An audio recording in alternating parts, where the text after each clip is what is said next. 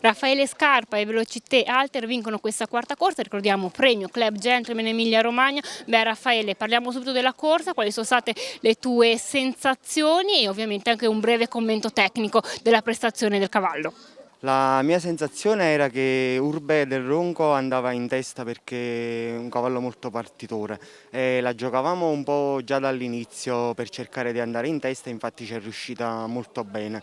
E l'allenatore mi diceva di mandare via almeno qualche cavallo da tirarci in avanti e così ho fatto. Poi vedendo che gli ultimi 400 metri, gli ultimi 500 metri la cavalla ha risposto bene spostando dalla seconda posizione, ho preso la schiena del cavallo che andava al battistrada.